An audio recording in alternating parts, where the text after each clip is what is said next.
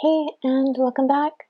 It's finally time to be setting up for 2021, and I am super excited. To start out, instead of doing a large 2021 like I thought about doing, I'm using this sticker with purples and pinks and gold. And I went back and forth about this. I thought about doing only purple, pink, and gold in the setup, but to be honest, I don't love those colors. Like, I love them as a sunset here, but I didn't want my whole front matter to be purple, pink, and gold. So what you just saw is I took a gold Uniball Signo gel pen and wrote 2021 inside of that triangle. Next, I am moving on to my Year at a Glance. I know some people don't have any purpose for this, but I love my Year at a Glance and I use it frequently. I'm setting this up with a new pen. It is a Yonkers pen. I keep wanting to say Yonkers, like Hello Dolly. Anyway, it's a Yonkers pen. It is a felt tip fountain pen. It has Noodlers Black waterproof ink in it, and that's what I'm doing for my setup here. Again, I find this super therapeutic. I play YouTube in the background and just kind of zone out a little. I go through and mark a few key dates. I start with the 1 and then do the weekly dates from there, the 8, the 15, etc. And then do the last day of the month, so I'm sure to end on the correct date. Also, I completely forgot to mention, I am again using the Exceed Dot Grid 100 GSM notebook from Walmart. Again, it's not an Archer and Olive, but it's cheap, and I've used it with light watercolors before to good success. There is occasionally some ghosting, but that doesn't bother me. I feel like that just makes my journal look more loved and lived in. Oh, and the Morgan came to visit during setup.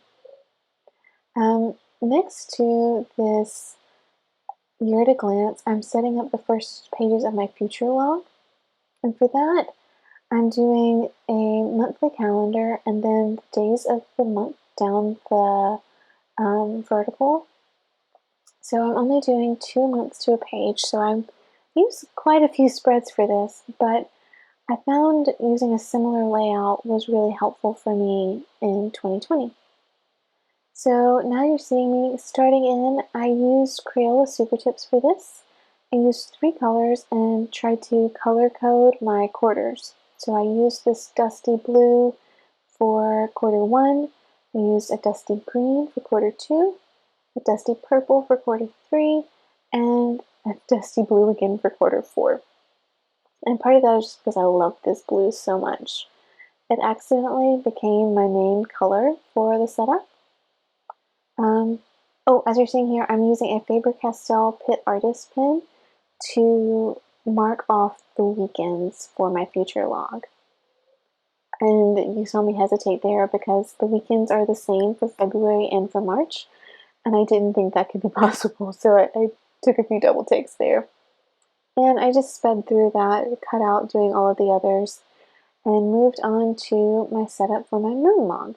So here you're seeing I'm putting down another sticker. If I could go back and redo this, I would not have used that sticker there. I should have written in my moons first and seen how much space it took to get the year in there. As it is, it wasn't quite enough space, which you'll see at the end. And there you saw me just going through and color coding my future logs to match my quarterly colors. On to my natal chart. So I do this with every new journal. If you've been around, you've seen it before. It's my take on a level 10 life. I draw out a natal chart. I don't put in all my planets. I just put in the ruler for each house. And then in this wheel, I write a few sentences about how that area of my life is at the moment. Then on the right-hand side, I will write affirmations of what I want each of those areas to be like ideally. I also color code this where I do a dark blue on the bottom half for the inner world and a light blue on the upper half for the exterior. And here you see I started writing in, I don't know if you can tell, but I wrote the wrong houses and the different wedges. I don't know what I was thinking. So I went back over with gold, and I think that the gold and blue ended up looking really nice together. It's a little hard to see on camera, but this has a little bit of an elegant feel to it in real life. And now I flip the page and I'm using that light dusty blue for my exterior world. You saw I skipped over a few pages. Those were pages I wanted to do when I had more time. And you'll see them in the final flip through. But I didn't want to deal with a recording and sitting at my desk for it. I curled up on my couch and did those there. Instead, what you see me working on is a new spread, which I'm calling a monthly moments spread. I saw this with another YouTuber, and unfortunately I don't remember who because I've been binging way too much YouTube. But yeah, the idea is to write a few lines about each month just to kind of remember what was going on, the highlights, the lowlights, and keep track of my months a little better. Now I'm moving on to a health tracker. This is basically just a headache tracker and a sickness tracker, and it really is health. I know a lot of people say health and they mean fitness as well, or their period, but yeah, I will do a dot if I'm sick and then color in a square if I have a headache that day. On the right hand side, I am doing my reading log with my good old bookcase setup. I love doing this. I haven't filled up a bookcase yet, but it doesn't keep me from loving drawing them and setting them up every new bullet journal.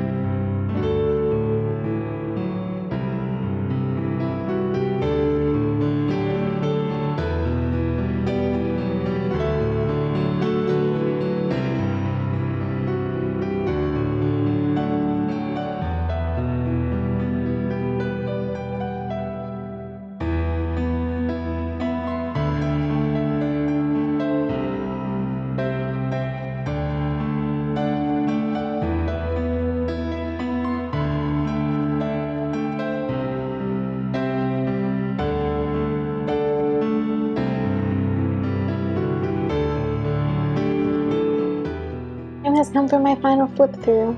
So, of course, this is my front page with the sticker and 2021 in gold. Then it moves on to my year at a glance right here, and you'll see my future log. If you look closely in pencil, you'll see there are a few dates noted there. That's where the full moon is and the corresponding new moon, so that I can look back and do some reflection on what was going on in that time of my life and any intentions I may have set. Here's the flip through of my color-coded future log for the different quarters and the weekends marked off. The filled out full moon tracker with the moon dates and the signs. This is my year ahead spread for my tarot draw for the year ahead. I have space for the tarot card, the theme, and then space to write, tarot card, theme, and then space to write what happened and how things may or may not have corresponded to the cards and those themes.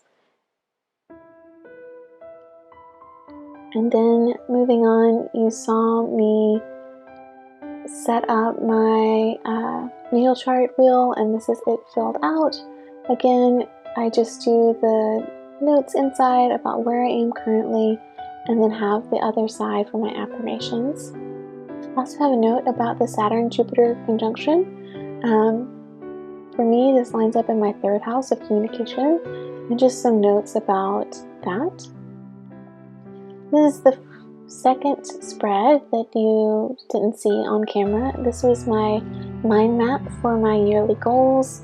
So you have 3 main goals and lots of little goals. Next is the monthly goals. So each of my 3 main goals has a column, and then for each month I write in what I will do towards achieving that goal. And then the monthly moments.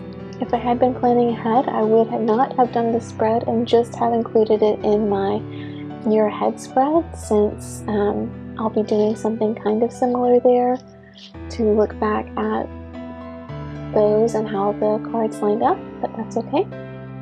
There's my health tracker, my reading log, and then finally a writing log. This has my various steps in the process of writing all the way to publication, and then my projects that I'm working on down the left-hand side. And that's it for my 2021 setup. I'll see you soon for January. Thanks. Blessed be.